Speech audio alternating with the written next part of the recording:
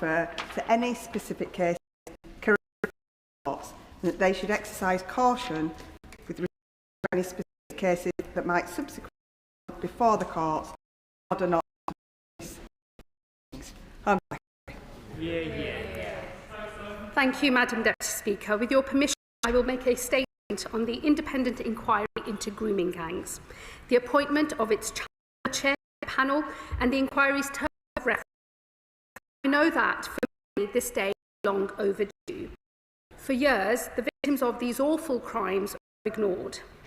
First abused by vile predators, they found themselves belittled and blamed when it was justice they were owed. In January, my predecessor asked Baroness Casey of Blackstock, who's here with us today, to conduct a national audit on group-based child exploitation and abuse. With devastating clarity, Baroness Casey revealed the horror behind that jarring term.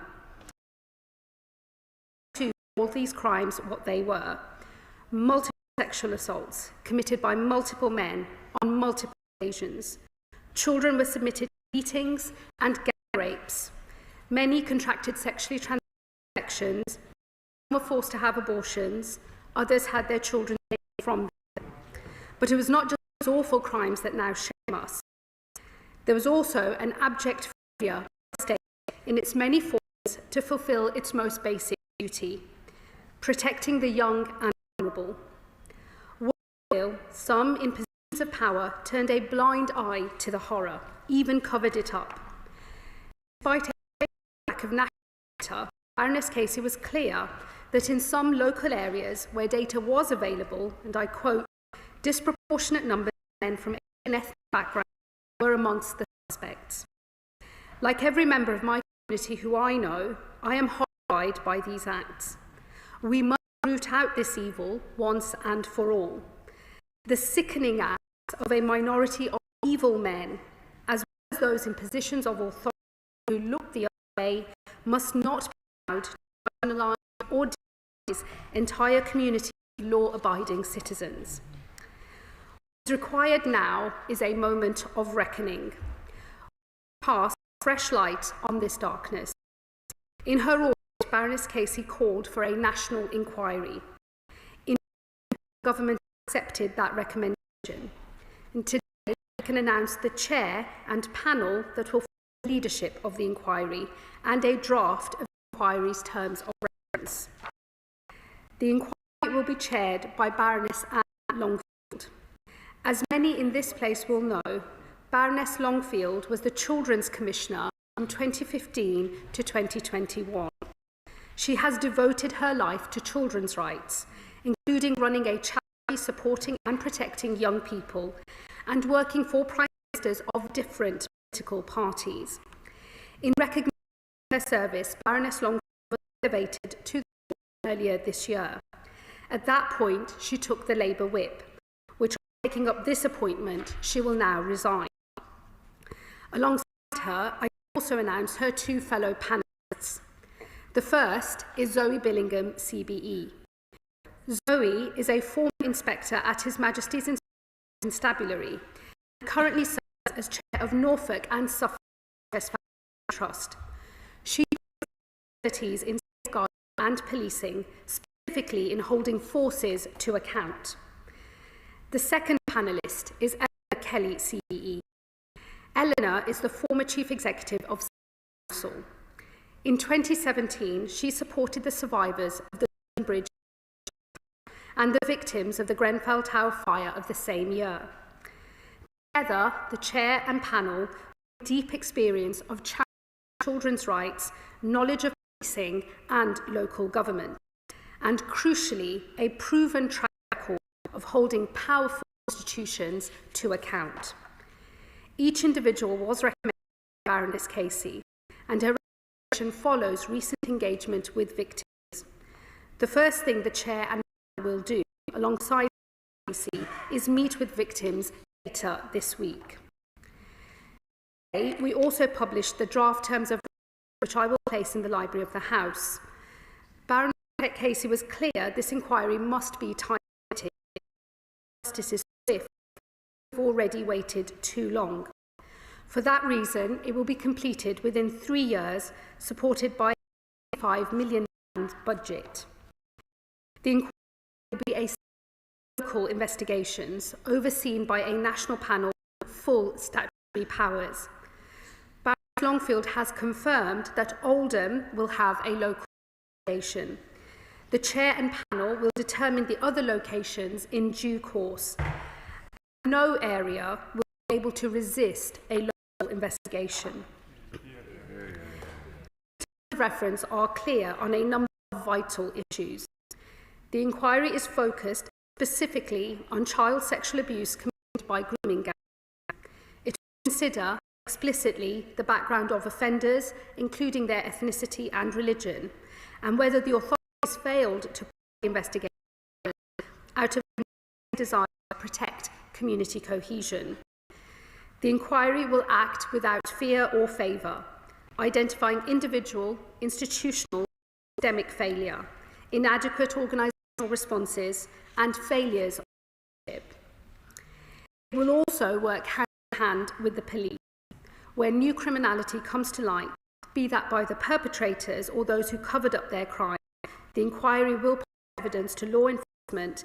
They can take forward any further prosecutions and put more of these evil men behind bars.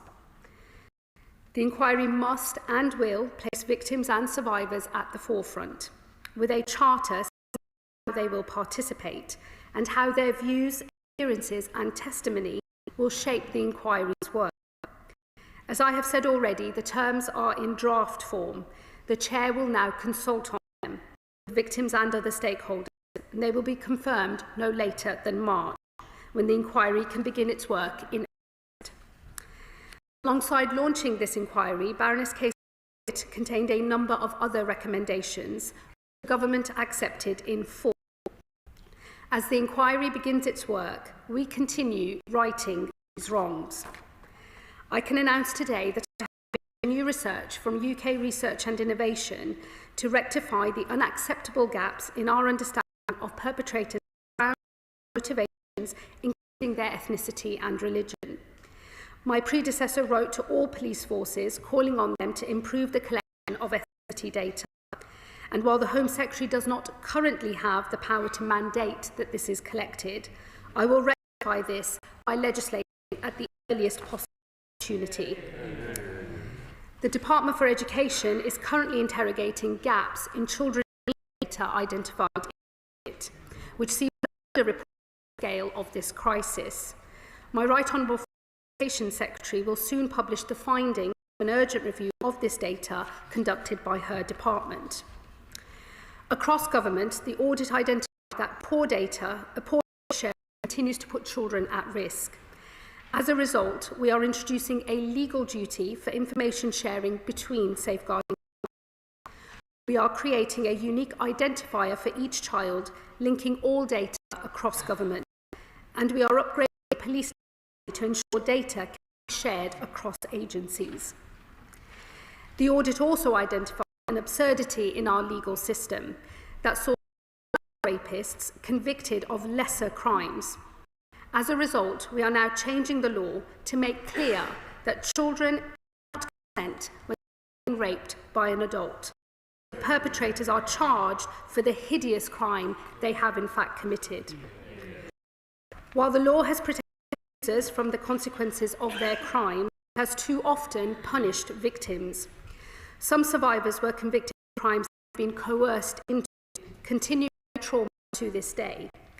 We are already legislating in the Crime and Policing Bill to disregard offences related to prostitution. The Ministry of Justice is now working with the Criminal Cases Review Commission to ensure that they are resourced to review applications from individuals who believe that they are wrongly criminalised. The national audit identified further weaknesses in relation to taxi licensing. Abusers for licences in areas of land to circumvent protection put in place by local councils to tackle abuse. My Right Honourable friend, the Transport Secretary, will soon to close a dangerous hole in the regulation. The audit was clear that justice has not been done. Baroness Case requested police investigation was required to bring offenders to justice. Last month, the National Crime Agency launched Operation Beaconport, reviewing previously closed cases of child sexual exploitation. It has already flagged more than 1,200 cases for potential reinvestigation, more than 200 of which are high-priority cases of rape. The evil men who committed and thought they got it will find they have nowhere to hide.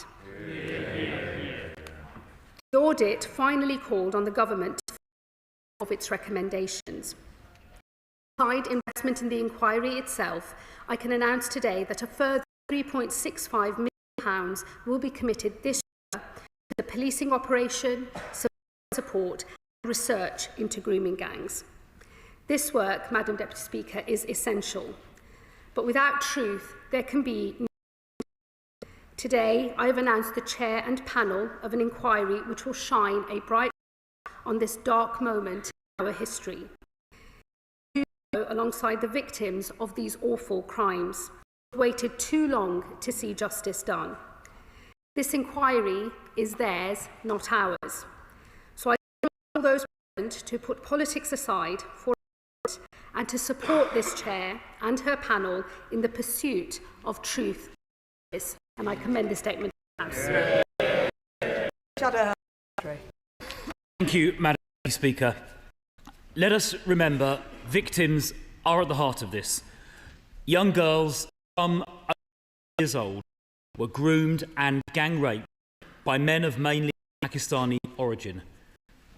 Jane, just 12 years old when she was raped by an illegal immigrant.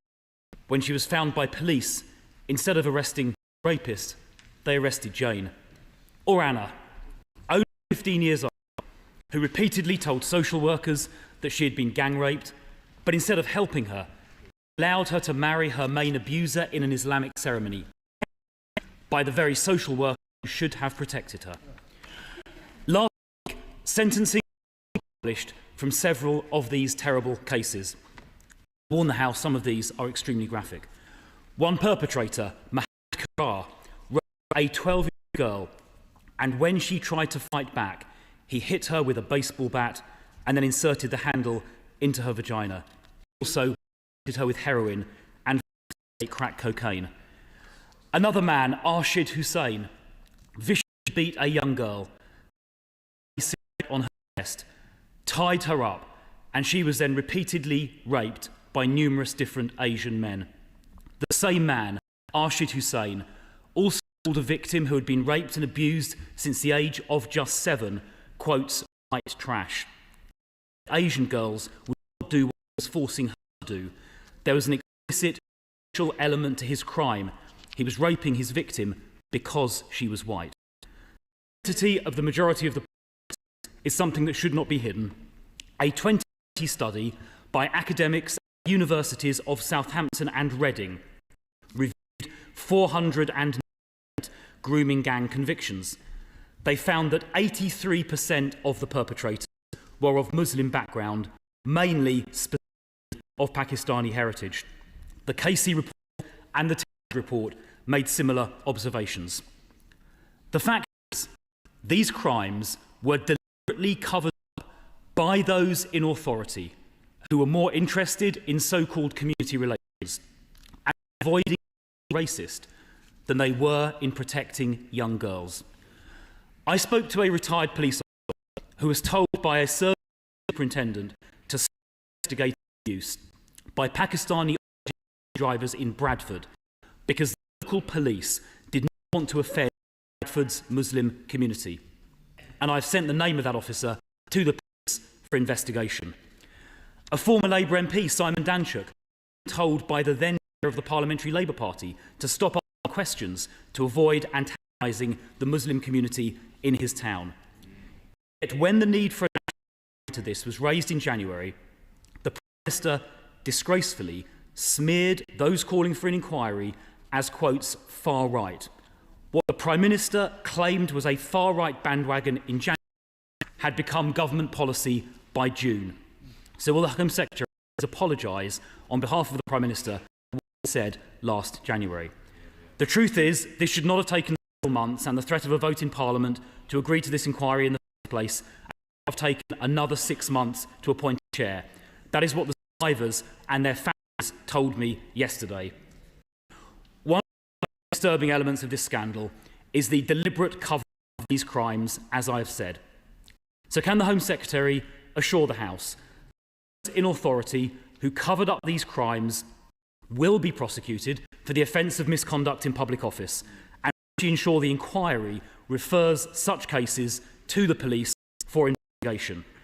Can she confirm the inquiry will formally start in March of 2026 and that the final report will be published publicly 3 years later in March 2029? We have not yet seen the terms of reference. Survivors and their families, who I met yesterday, are concerned the scope of this inquiry may be too broad.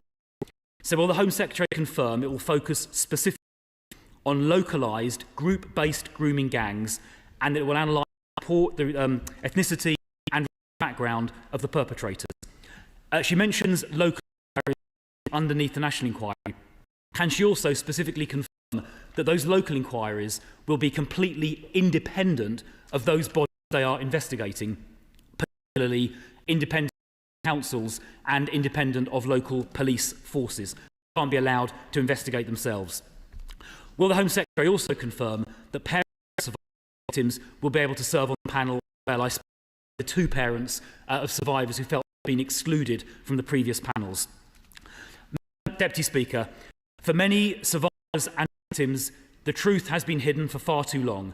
These crimes were covered up because those in authority were more concerned with so-called communities and avoiding being racist than they were about protecting young children. That was an abject moral failure. Truth, at last, must come out. Thank you, Madam Deputy Speaker, and can I thank the Shadow Secretary of State for his remarks. Let me just say, as he was reading out excerpts from some of the court transcripts that have been made, I, like other members in the House, have read some of those transcripts, and they do make for truly horrifying reading. Reminder, the starkest reminder of all, perhaps, for everyone in this House and beyond, that it is absolutely essential that we all collectively do right by the victims who have had such unimaginable horrors inflicted upon them. I hope that that is the spirit in which we will all be able to engage across this House as the inquiry gets up and running and continues its work. I also want to say, Madam Deputy Speaker, I think this is a moment to elevate Chair and panel, to elevate beyond our usual trade-offs of politics across this dispatch box. The Shadow Secretary of State has a critique of the government. I will robustly defend the government of which I am a part. We have always been focused on the outcome of justice and truth for victims, less so the process itself, but it was this government that asked Baroness Casey to do her national audit, followed the evidence and recommended national inquiry, and that is what we are doing, and that is what we have supported. But now that we have a chair and a panel, I just think that this is a moment, if we're going to do right by the victims, who are a diverse cohort of people who will have different views and who feel, regardless of where they stand on this inquiry itself, a degree of anxiety about what will happen, some reassurance that we rise above our usual political discourse and unite in support for the chair and panel as they do this important work. Let me say, for most of his detailed questions, the answer is a straightforward yes. So on scope, let me just reassure him, there is no dilution of scope, and it is very clearly focused on exactly the problem that was named by Ms. Casey in her national audit, to the extent that the inquiry finds evidence of any potential misconduct in public or other breaches of the law. Of course, they are working very closely with partners in law enforcement. The whole point for having an inquiry is to make sure that actions that result from these investigations and that people are properly held to account, including by facing the full force of the law. Once the inquiry reports, they will have other things to say, potentially even about strengthening the law as well. So I think it's important we let the inquiry do their work, but they are not going to be held back from making findings that lead to further investigations and accountability through the legal system. Let me also confirm to him on timings. March, the draft terms of reference will be confirmed no later than March. It could come a little earlier potentially, but up to 3 years for the draft terms of reference, and then up to 3 years for the inquiry to conclude, so no later than 2020, not March 29, with the report as and that is the timetable that the Chair and the panel members for. On the local investigations, of course, won't be meeting them. The work of the local investigation will be under the auspices of the Chair and her panel, and they will be making sure that the investigations are held by them to the standard that they will set and follow themselves, and they will also decide which other areas they wish to be included in these local investigations. Members will want investigations to them, but no area anywhere in England or Wales will be able to resist having a local investigation under the auspices of the, which of course has all of the statutory powers that you would expect such an inquiry to have. I think, Madam Deputy Speaker, I've dealt with all of the issues that the Shadow Secretary of State has raised, but I look forward to open more constructive dialogue between us as the inquiry gets underway. Champion. Thank you, Madam Deputy Speaker. Speaker, as you know, I've spent 13 years researching this most of crime, so I don't know how or where to start, but let me boil it down to a couple of things. One, I have no idea what was paid to protect children didn't do that, and so I hope the inquiry both finds that out and makes sure there is no way again. Two, I believe the scale of this is in literally every town, every city, every village in the United Kingdom, and so I hope the inquiry and the NCA work is able to do all of that. But then that brings me to my substantive, which is this is going to cost a lot of money. Every case you find will need to be an investigation, but equally local authorities will have to put child protection measures in place. In Rotherham, all of that money has come from the local authority. So can the Home Secretary assure us that our local authorities will have child protection money and our police forces will have the resources they need to get the prosecution we have to see? I thank my honourable friend, and I paid tribute to her long work exposing many of the issues herself in her own area will now be the subject of the national inquiry. She's right, shocking and defies comprehension that people whose only job was to look after children failed in their duty to those children, and the inquiry will ensure they face ultimate accountability for their failures.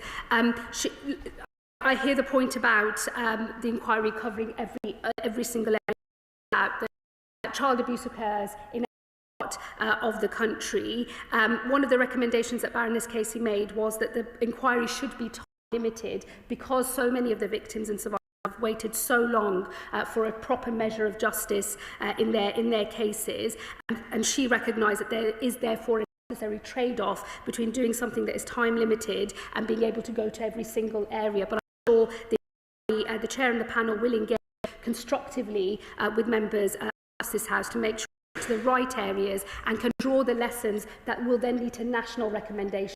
So even if the lessons come from a cohort of areas, all of the recommendations will apply absolutely everywhere. And the government has already invested billions in child protection measures already in this Parliament. I recognise that it is made, and I'm sure when the recommendations are made, the government will respond on money in due course. Liberal Democrat spokesperson Max Wilkinson. Thank you, Madam Deputy Speaker. The crimes that we've heard about are despicable and sickening. They were first reported in the press more than 20 years ago. The victims have already waited far too long for justice, so we welcome today's announcement. Other details in the statement, including children cannot be considered to have consented to sexual activity with adults. The fact that that was the case is a shame for our nation. We welcome moves to close loopholes in taxi licensing and about data collection too. There are some questions that remain about this process. How will the government ensure the inquiry remains fully independent and free from political influence and pressures, regardless of those strong pressures that they face, including from within this House, and that it runs to timetable? In light of the recent resignations from the previous panel, are ministers still in touch those women, to offer them the chance to rejoin this process. Now it is gaining some pace. Can the Home Secretary confirm what steps the inquiry will take to maintain the trust of the victims and their families? The matter of AC&J reviews, will she commit to implementing all of the previous recommendations from the previous report? Now, Mr. Speaker, the audit highlighted the incompleteness of data, but it was suggestive of concerning trends related to the modes of organisation and how those relate to ethnicity, particularly in those areas where police were recording appropriate data. The Home Secretary rightly mentioned cohesion in her statement. How will this inquiry avoid stigmatising entire communities, undermining efforts to improve cohesion in this subject and others adjacent, while thoroughly investigating the matter and ensuring that victims get the justice that they deserve? I thank the spokesman for his remarks. Let me reassure you, I think the records of the chair and the two panel members speak for themselves. These are three men who have a long track record of holding public authorities to account.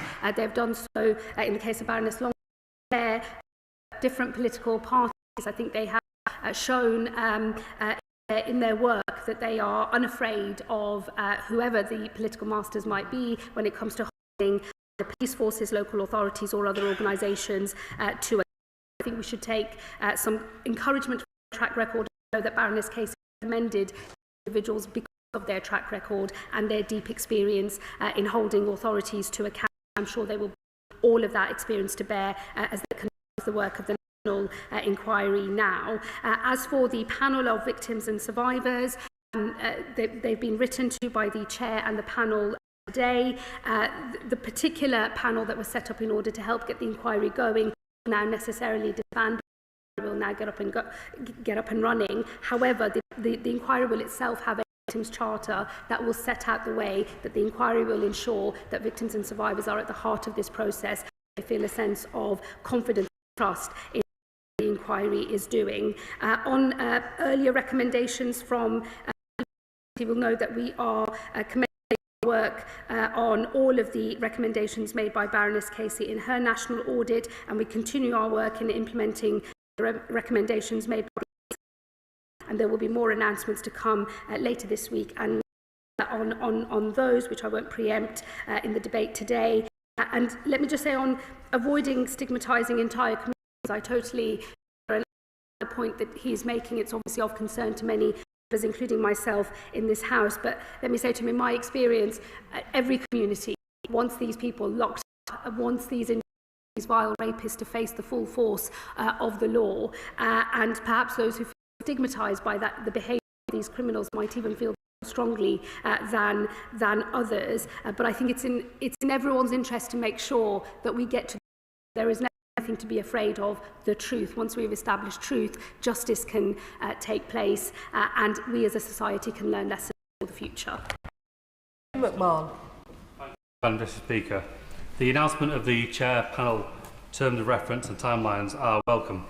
Survivors have waited to engage in the formal process, and it's important for others yet to come forward that it leaves no stone left unturned, restricted by time, and it follows evidence wherever it may lead. We've heard quite a lot about race and that being an important critique of the form of abuse we're talking about here, but can we not of class? Of course, perpetrators were by and large Pakistani men, but the social workers were not, the police officers were not, and they had a view of the I think absolutely determined how they were treated. But can I ask the Home Secretary to confirm the national inquiry format, together with deep dives, will ensure that cross-border offending, which transcended local authority and police boundaries, will be covered, that allows us through the net? Let me reassure my honourable friend, absolutely on cross-border not be allowed to slip through the net, something that the chair and her members have already confirmed. Let me say also to makes a really important point, which no one in should lose sight of as well, which was the view that many in society took of girls that were raped and abused in this way. They were seen by many parts of society and some in local authorities, some policing elsewhere as well as essentially white trash, that these girls were somehow not really children, that they were making decisions if they were in control of their lives, that they were not victims of coercion and serious. And that is why I think this process is so essential. So that moment of reckoning that is required,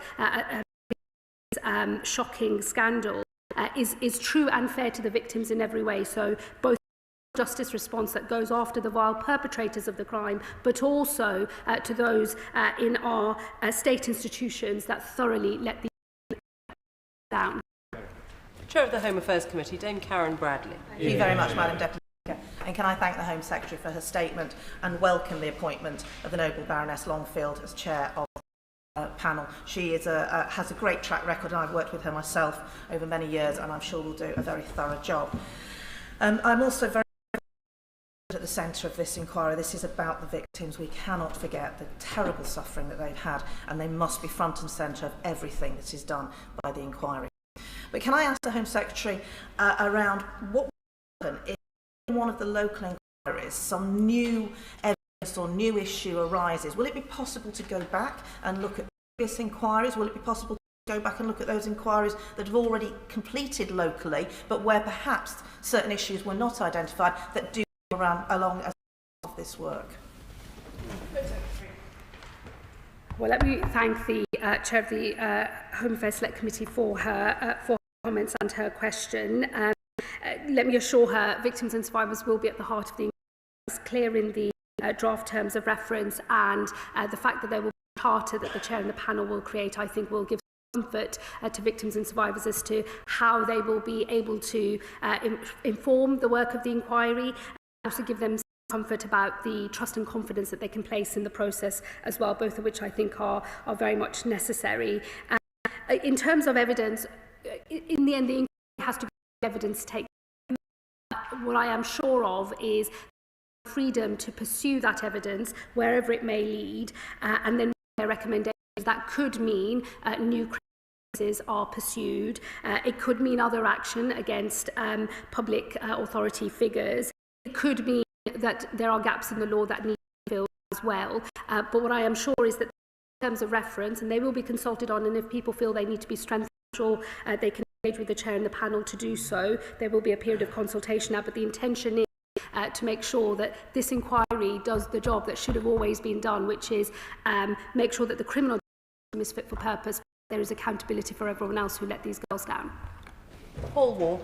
Thank you, Madam Deputy Speaker. Can I strongly welcome the appointment of Anne Longfield as the Chair of the new independent inquiry into national grooming gangs. The key is to find the facts and follow the evidence wherever it leads, just said. During the trial of some of the Rochdale child rapists earlier this year, the Commission said that the abuse of the girls took place, and I quote, under the noses of social workers and others who should have done far more to protect them. Does the Home Secretary agree that we need to hold to account anyone who committed these crimes, and that no council, no police officer, no social worker, no racial group should ever be exempt from the scrutiny of this new inquiry? My honour, absolutely right, and I strongly endorse every point that he has just made. There will be no place to hide for those who hurt these girls, let them down, allowed them to be hurt. And it's important that this inquiry finally provides us, all of us as a country, with the answers that we need, so that we can learn those lessons, bring a measure of justice to the victims in this case, and make sure that this happens again. Sir Edward Lee. The Secretary knows that I know her personally, and she's a Muslim lady, and I share many of her values. I think she's uniquely well placed to comment on this, and to explain and give confidence that what is it about these Muslim men that they felt they could behave in this way, and can she explain that there's if it is, a very small minority? Can she get at that she can actually approach this in a way and explain this in a way that some of us can't, because nobody can ever accuse her of being racist, and nobody can ever accuse her of wanting to get to the truth of this. Father of the House for his question. Difficult to find yourself as a spokesperson for billions of people around the world, but let me say to him, personal perspective and based on my own constituency experience, that of my family, my friends, the community that I belong to back home in Birmingham, there is nothing Muslim or Islamic these evil men have perpetrated. It is not behaviour that anyone would accept or tolerate.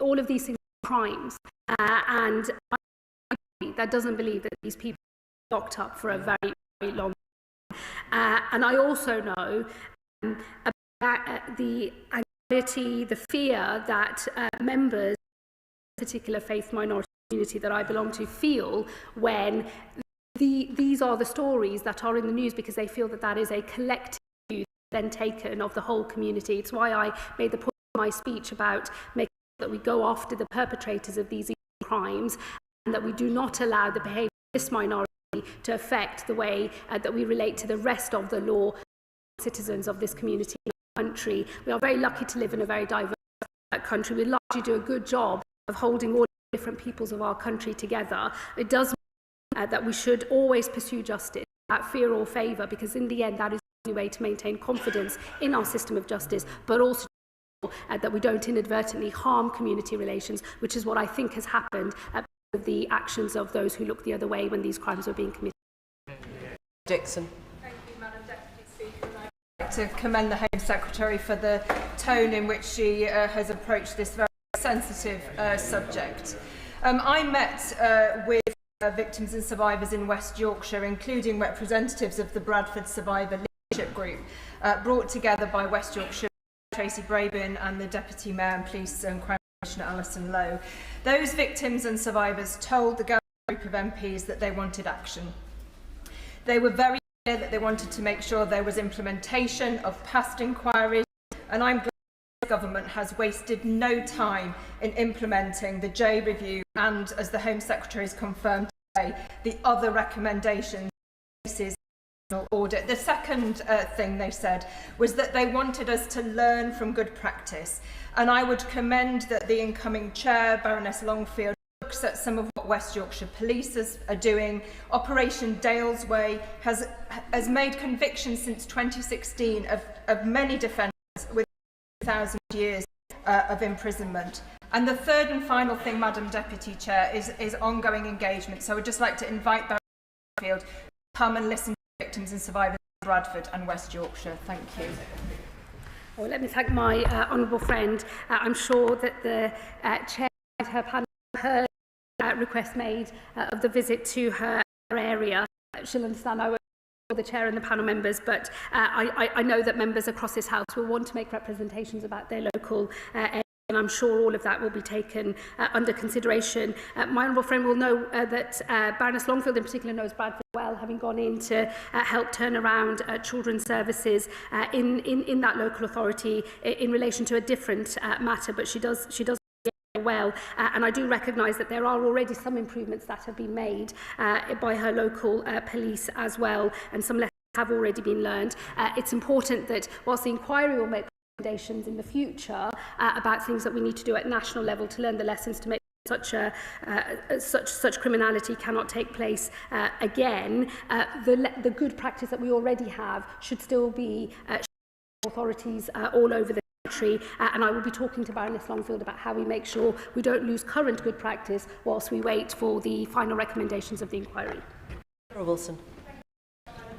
I welcome the Home Secretary's statement today, and I welcome the appointment of Baroness Longfield, who I think will be an excellent chair. When I met Professor Jay at the end of the year about the inquiry, there were two things she impressed upon me: the importance of a child protection authority and the importance of data sharing. The Safeguard announced the establishment of a child protection authority earlier this year. Will the Home Secretary update the House on progress in establishing that authority? And on data sharing, we on these benches have supported the government in their legislation to create a single unique identifier. Unfortunately, there are people outside this place who are suggesting it's the precursor to digital ID for children and that government will inappropriately use children's data. Will she reassure parents and carers out there that will guard children's data with the utmost security and only to keep children safe and improve services? The Honourable Lady, and absolutely on her second point, this data is to keep children safe, and we have a duty to children Parliamentary, and the recommendation to share was well made and absolutely the right thing to do. The unique identifier is there as a measure of child safety and not for anything else. So let me provide her with reassurance. I think some people have maybe legitimate concerns in this area and need that reassurance. I think others are seeking to make some mischief, but whatever it may be, I can confirm that the unique identifier is a child protection measure alone. And then on the Child Protection Authority, tempting me to gazump future announcements that are imminent. I won't do so, but let me assure her that there will be a progress update very, very soon. Chris Murray. Deputy Speaker, can I welcome this significant set of announcements from the Home Secretary and the strong panel members appointed. The Home Secretary will be aware that the Scottish Government has finally announced a review of grooming gangs in Scotland. The Chair, Alexis Jay, has said Scotland does not grasp the scale of child sexual exploitation. I know from my own previous experience working in trafficking that children are trafficked between Scotland and the rest of the UK for abuse. Can the Home Secretary confirm that this inquiry will liaise and collaborate in Scotland and Home Office officials will do what is needed to support it? Abusers work across the border and so we must as well. Well, I thank my honourable friend for his question. The matters pertaining to local authorities and police forces are, of course, necessarily devolved matters, and so a large part of the inquiry is therefore necessarily only on devolved territory, but it will make national recommendations, and I do note the work that is now happening in Scotland in relation to gangs. And again, I'm sure and the panel will make sure that there is some discussion whilst respecting the boundaries of devolution, but where there is best practice to be shared, or of course we know that this criminality does not respect borders, that is very much taken into account. Mark Pritchard. Mr. Speaker, can I welcome the Secretary's statement today and also associate myself with a reply to the Father of the House? And it's absolutely right, no community, whether ethnic or religious, should be stigmatised as a whole. But you mentioned in a statement British Asian. Can I say that some of my British Asian Hindu, British Asian Sikh community are rather fed up of both here and in the case of British Asian remarks statement made, and I hope that the inquiry will be more definitive and descriptive. And she mentioned religion in her own statement. Telford and Wrekin, she had its own local inquiry, the Tom Crowther inquiry. Her predecessor said that there were still gaps to be filled since that inquiry. Will she support me in calling for the national inquiry to come back to Telford and Wrekin to ensure that everything that needs to be done is being done? And finally, Madam Speaker, she mentions a 3-year timetable taking us to March 2029. If the election, we should be the leader by then, is in May 2029, and prorogation is in March 2029, will she commit to the victims of this House and all of our constituents that the inquiry will report if there is a general election in 2029? I thank the honourable member for his question. Let me say I've heard the same complaint from Asian men in my own constituency who are not Muslim or of Pakistani heritage but are of different Asian heritage, that the confusion in elections, they feel also stigmatises a wider group of people. I think we should all just agree we should stigmatising innocent people and law-abiding citizens in our country, no matter who they are, because that is absolutely wrong in every way. Go after the who have committed atrocious crimes. And the best way, in the end, to resolve these matters is just to have accurate ethnicity data that is collected. That gap that Baroness Casey found in her national audit is a gap that has existed for many years. It's a gap that I intend to put right. As I said in my statement, does not in fact have the power to mandate the collection of quality ethnicity. I will legislate in order to change that and make sure that every Home Secretary in future has that power. And it is my own view that we should collect ethnicity data for all offences, is actually the best way to deal with suggestions of conspiracy or people thinking that some are allowed to get away with certain types of behaviour, or that the state doesn't wish to know all the full facts of any cases, to just put all of those claims to bed. The best thing we can do is have the transparency of accurate data, and that is how we will seek to proceed as a government.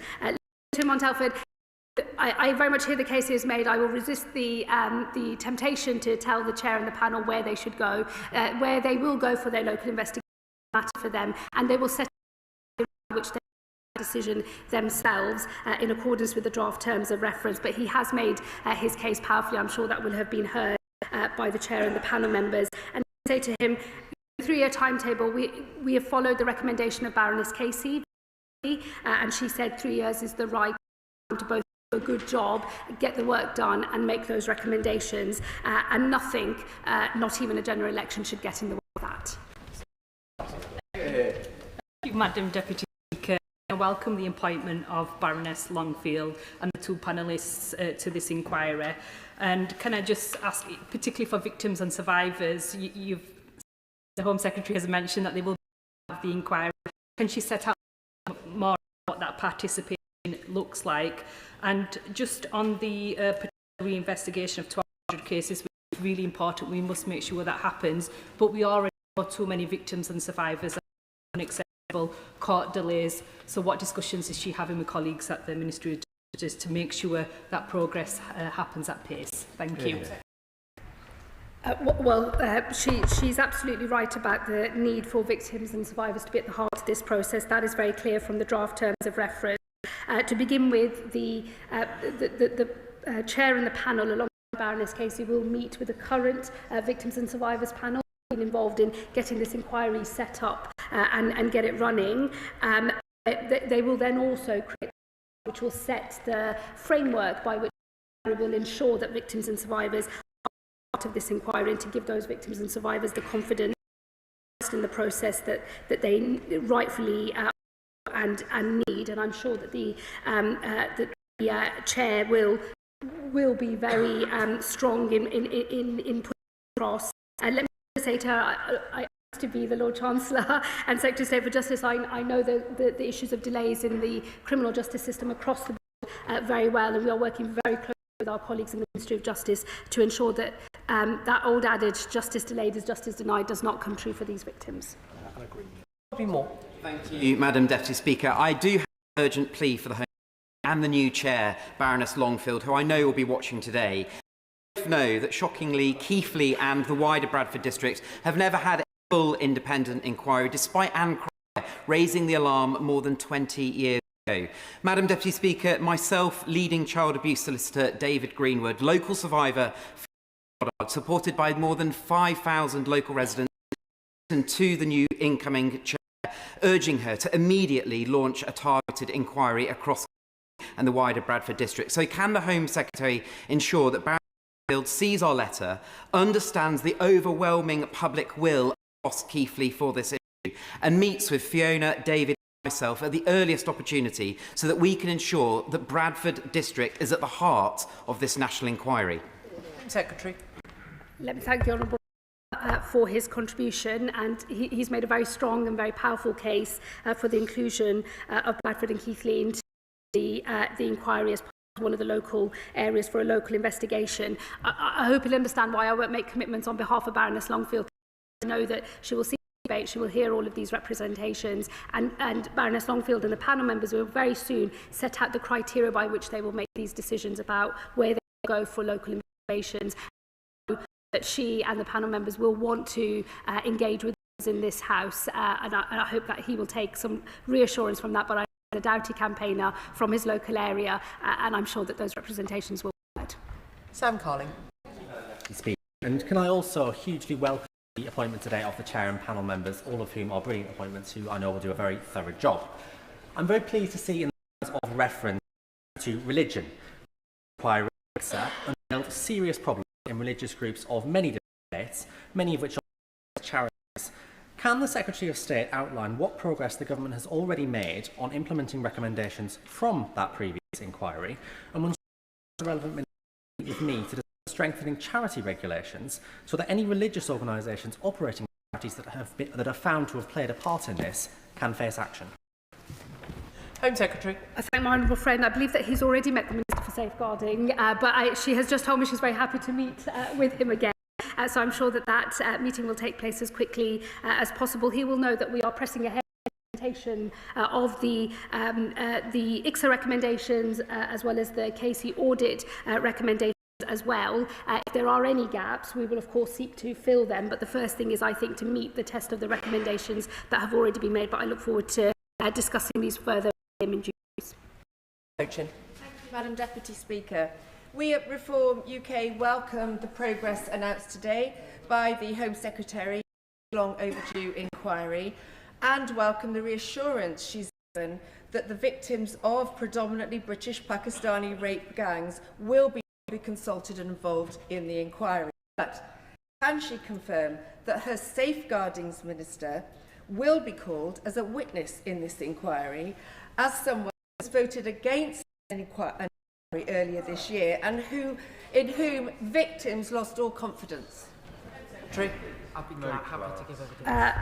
Well, firstly, the Minister for Safeguarding will happily talk to anyone, anywhere, about the need for justice for victims and survivors of these heinous crimes.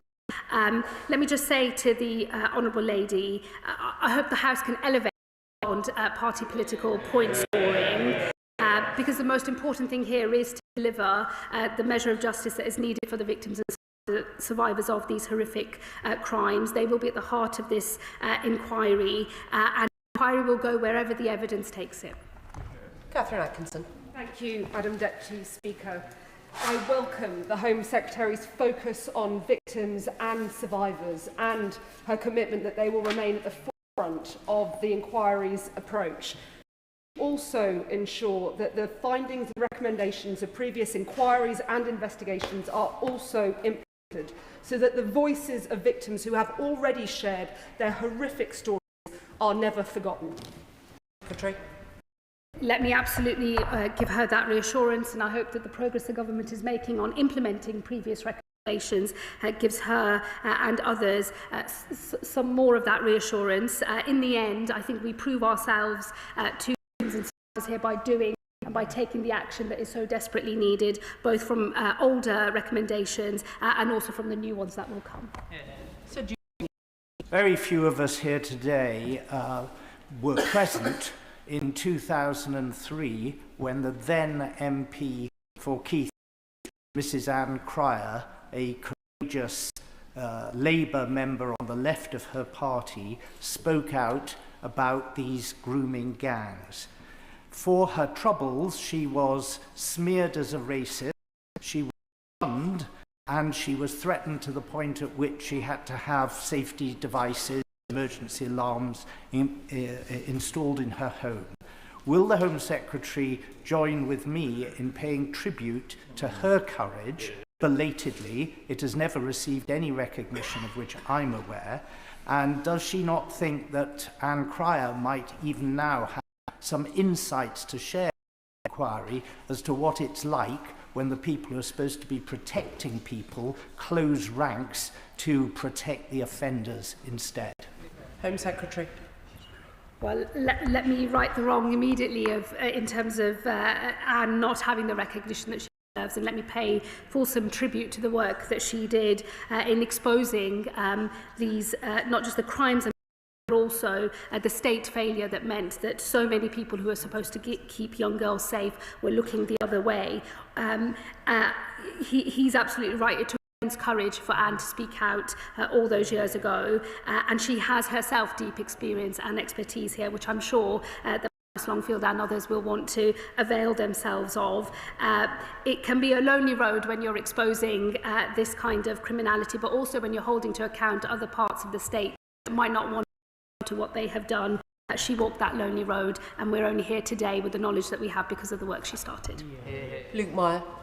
Madam Deputy Speaker, there's a concerning tendency, I think, to view these issues as historic.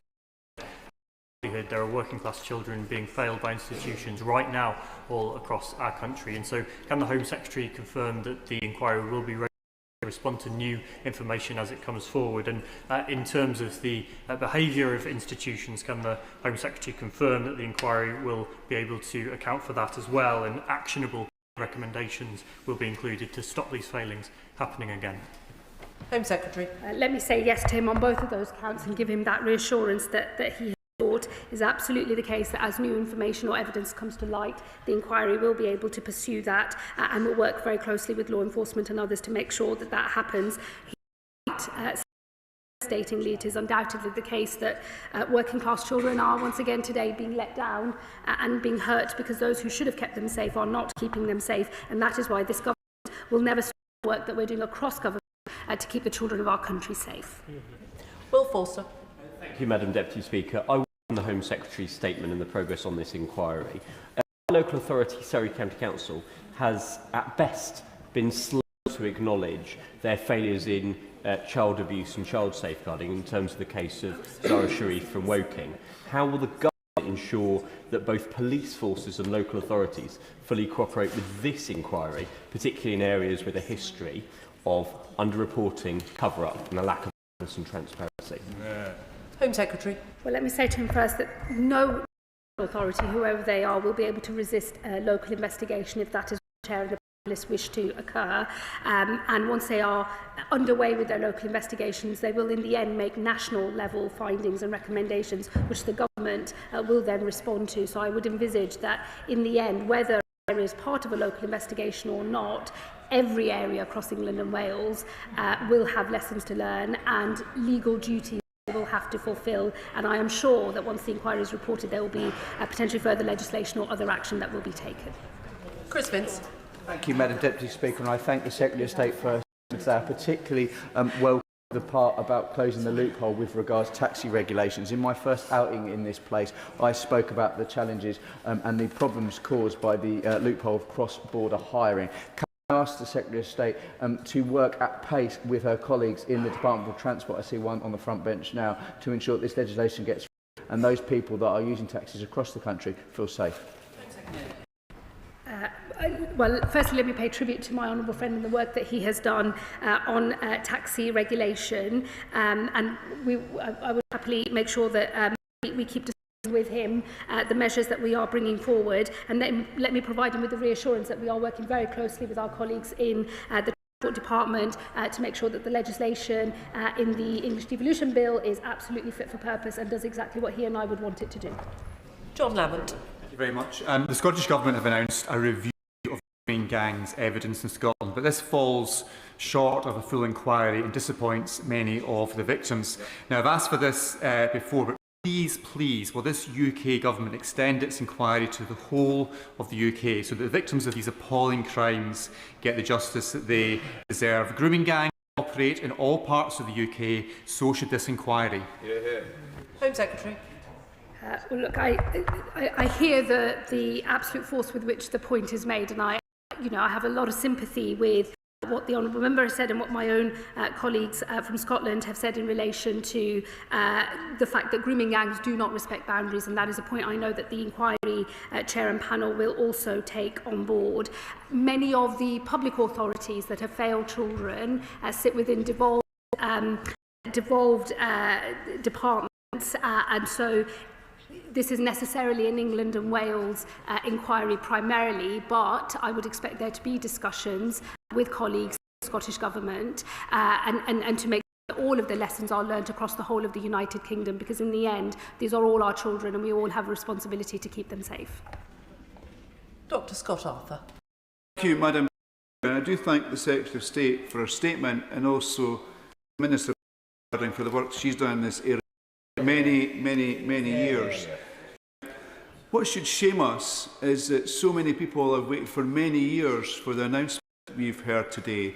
And I think the member for New Zealand, some MPs were actually born after some of the offences took place. And it's an absolute disgrace that it's taken so long to get to this place. And it does come a week after, as we've heard, the Scottish Government have been shamed into considering their own inquiry. And I do use that word shamed deliberately. But can I ask the Secretary, £65 million is a lot of money, but is it enough? Will more be made available if needed?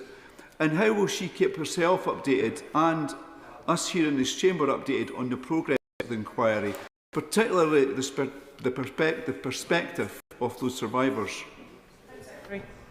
I thank my honourable friend. It's an independent inquiry, so I think that there should be and there will be some necessary limits in my engagement with the chair and the panel, because it's an independent inquiry. They will go where takes them. I'm sure I will receive updates in terms of timescale and making sure that we are within the 3 years that has been agreed as the timescale for this inquiry. Let me reassure him I'm sure that the correct level of resources have been made available to ensure the inquiry can undertake its really important work. And just look, I hear the point on devolution. I won't repeat the earlier answers that I have given, but I hope that given the subject matter and the fact that it should be of interest to all members in this House, regardless of which part of the United Kingdom we come from, that we are all doing everything we can for children in our country are learned across the board by everyone. Joshua Reynolds. Madam Deputy Speaker, can I ask the Home Secretary what steps the government are going to take across government to ensure that whilst this inquiry is ongoing, the victims of these horrible crimes are being given proper support whilst this process is undergoing? Home Secretary. Yes, let me provide him with that reassurance. Firstly, because is up and running, and that is the National Crime Agency work to bring what have been closed cases to take a fresh look and bring more perpetrators to justice. Separately, also, once the inquiry is up and running, a victims charter which will set out which the inquiry will engage victims and survivors to give them the trust and confidence that they need and deserve. Rupert Lowe. Thank you, Madam Deputy Speaker. As the Minister may know, we've been running our own independent inquiry into the rape gang scandal, funded by over 20,000 concerned people. Our hearings are taking place in early February next year. We've made immense progress to date, with more to come. Will the Home Secretary meet with me to discuss how our work could potentially assist the national inquiry, which we all want and need to succeed without further delay, as the rapes are continuing? Well, let me say to him, there is only one statutory inquiry, and that is the one that this government has initiated, for the chair and panel of which I have announced today. Let me also encourage, if he has collected evidence under his own auspices that is relevant to either current or past criminal proceedings or other evidence of state failure, he should make that available to the statutory inquiry. Presentation of Bill, Munira Wilson.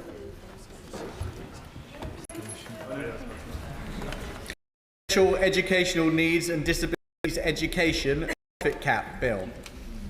Second reading what day? Friday the 16th of January. Friday the 16th of January. Which brings us to the 10-minute rule motion. Dr. Al Pinkerton. Thank you, Madam Deputy Speaker. I beg to move that leave be given to bring a bill to place a duty on the Secretary of State to enter into negotiations with the European Union to agree a customs union between the United Kingdom and the European Union, and for united purposes. Madam Deputy Speaker, in the country, businesses know it, the public feel it, and it's time that this House find the courage to lift our whispered voices and admit it.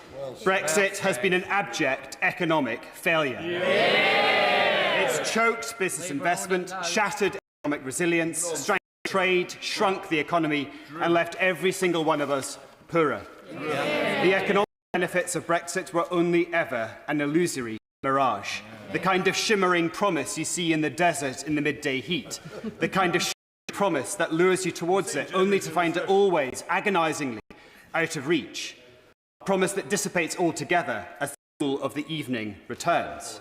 Well, that chill has descended, and now we can see clearly of 2016 and the oven-ready deals of 2021 were nothing more than the lukewarm figments of political opportunists who sought, and in some cases still seek, advantage in populism, in fragmentation and in fear.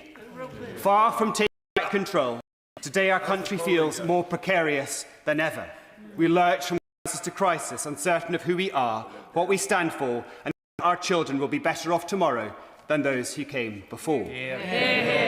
Far from becoming a buccaneering global Britain, the United Kingdom is today weaker and more isolated than any point in our recent history. Far from lowering food and living costs or slashing regulation, British businesses are now buried under 2 billion bits of red tape that stretch 15 times around the circumference of the earth, all while the cost of living spirals even higher.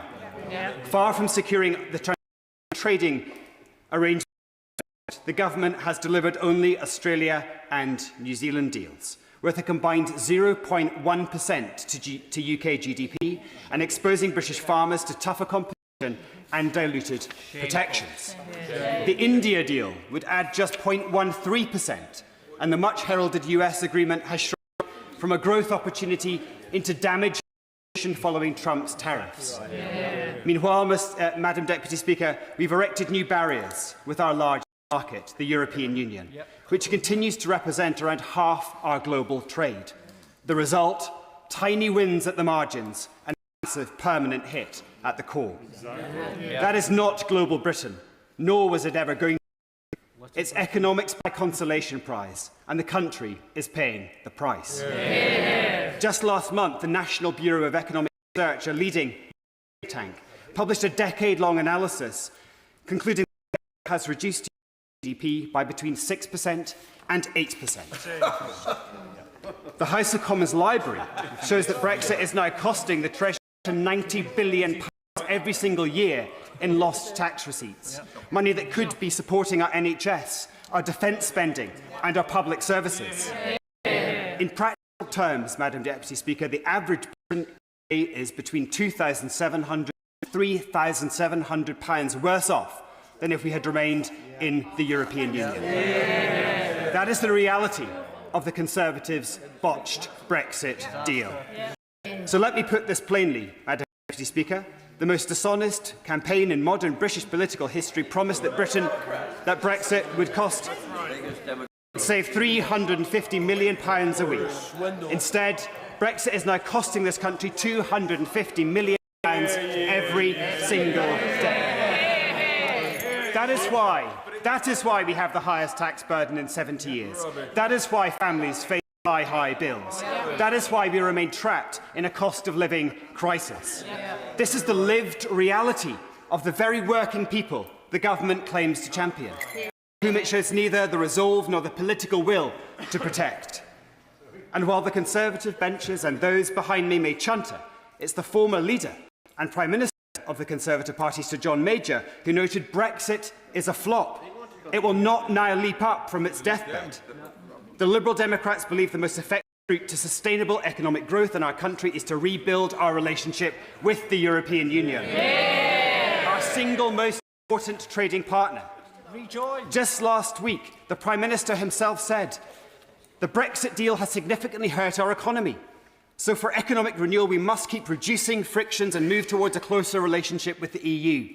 That view was echoed by the Deputy Prime Minister, who described a customs union as an inevitable journey of travel.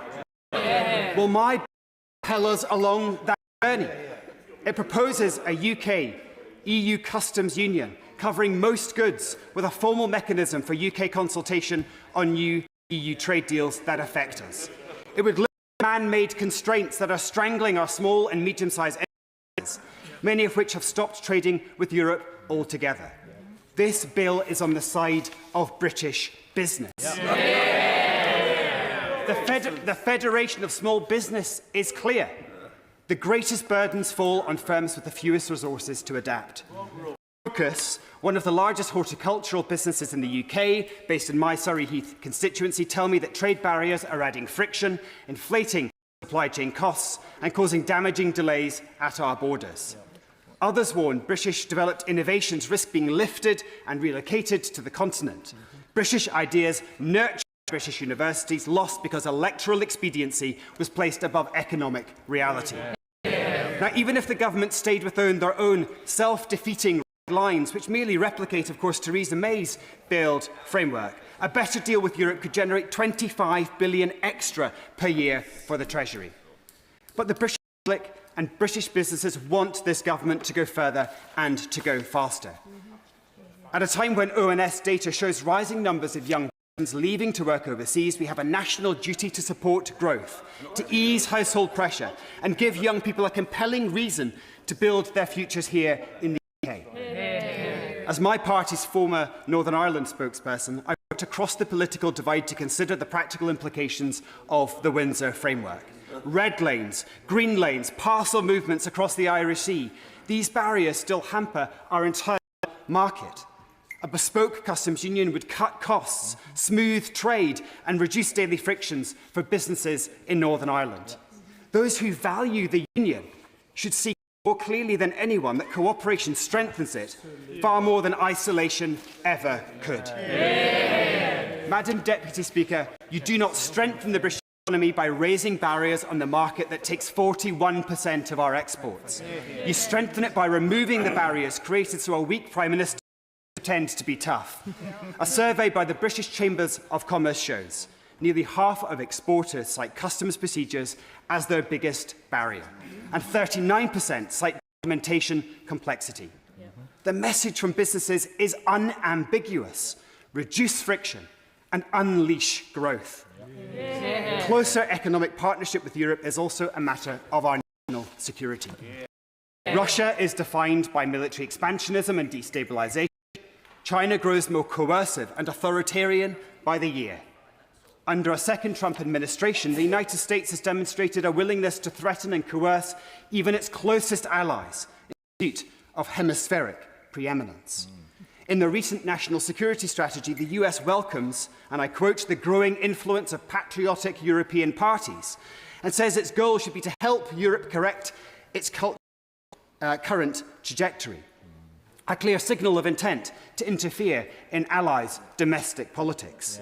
In an increasingly fractious multipolar world, we must stand closest with those who share our values, our trade and our common security.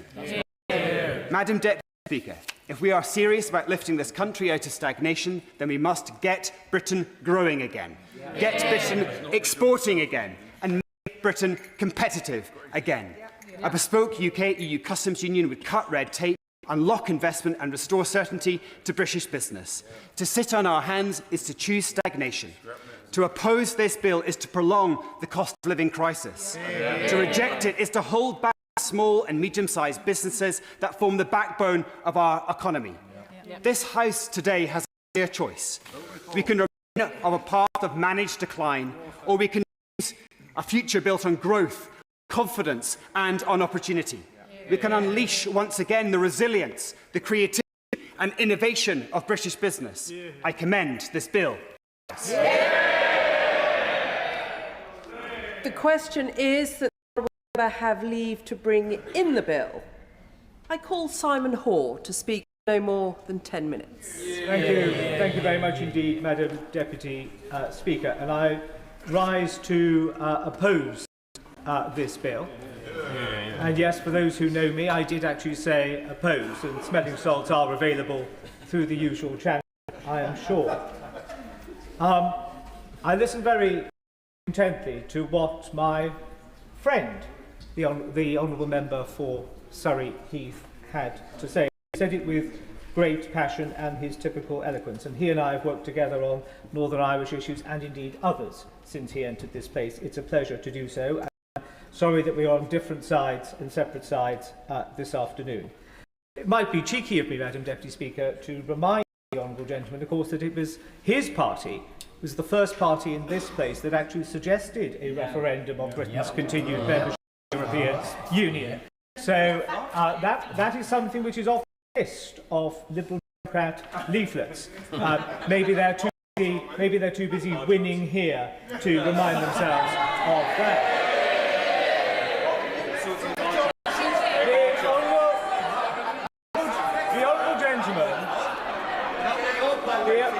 The Honourable Gentleman also declared, as a matter of fact, that the United Kingdom, post its membership of the European Union, was weak and isolated. I honestly cannot fathom how he can arrive at that conclusion. The convening powers of the scenes outside Downing Street yesterday, when we stood with allies in support of Ukraine. The recent state visits of the US and the German President. The fact that this country is head of a Commonwealth, a leading member of NATO and a permanent member of the Security Council, not suggests to me a country which is weaker or more isolated. Far from it. The two are entirely separate things. There are 4 reasons, I believe, and I can say this, Madam Deputy Speaker, as somebody who voted to remain part of the European Union in the referendum and campaigned strongly to do so. But I accepted the result of the referendum, as most on these benches did. And I say to the Honourable Member for Surrey Heath, who I woke up to hearing in my ear, now before anybody worries about that, I was in my bedroom and he was on Radio 4. At least that's the story I'm telling everybody. And he said that we could be like Turkey. But Turkey, that was the relationship that he was suggesting to the listeners of the Today programme. Turkey aligns trade policy and tariffs with the common external tariff for industrial goods. They have no say on EU trade decisions, on agriculture or on services. And I say respectfully to the Honourable Gentleman and his colleague, that in no way can meet the fundamental essay question that the electors of this country gave to us in that referendum decision. They wanted us to forge our own destiny. Whether that was going to be a path that was without wall or stumblestone, nobody knew. But that was the instruction which the British people gave, and Democrats of good faith said, we will abide by that. The Honourable Gentleman's argument may be liberal small l, but democratic it certainly is not. There are 4 clear reasons as why this proposal in the bill deserves to be opposed. The first is that it would fundamentally undermine the welcome and energetic efforts of His Majesty's government, principally led by the Right Honourable Member for Torvine, to continue to grow that iterative process of a relationship with the European Union without being part of it. That endeavour deserves the united support of all Right Honourable and Honourable Members in this House, because it will deliver, as always intended through that organic process, identification of creases and an attempt to iron them out. We all see small, micro and medium-sized businesses flourish and prosper. We all want to see an increase in trade with the European Union, the uplifting benefit that that has to all of our citizens. But the proposal before us in this bill is not the way to achieve it, because, as I say, I believe it would fundamentally undermine the good offices of the government in trying to achieve what it is seeking to achieve. My second point is that business needs certainty. And heaven knows through the whole process, and heaven knows through the... Now, I'm afraid, with the exception of about 6 who survived the 2015 cull, there are not many on the Liberal Democrat benches who served the place when we were trying to deliver Brexit. But the one thing that they would have taken away had they been here, and thankfully, Madam Deputy Speaker, they were not. The one thing that they would have taken away was the business wanted certainty. They are now, slowly but surely, but with a certain degree of UK energy, flair and elan, meeting the new trading regimes. And there are businesses up and down the country, small, medium, large and micro, who are making a decent fist of it. We wish them well. The process which the government has underway is designed. Madam Deputy Speaker, if they wish to sort of shout like it's some sort of Harrogate Lib Dem Spring Fair,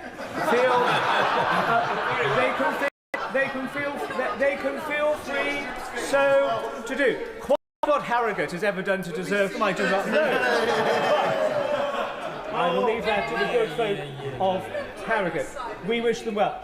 But hark upon a customs union approach analogous to Turkey would be, I think, a mistake, because it would engender more uncertainty in the minds of British business, just as they are settling their trading patterns and getting their heads around things, with the hope and promise that those creases are going to be further ironed out in the work which the government is doing through the Right Honourable Member for Torvai.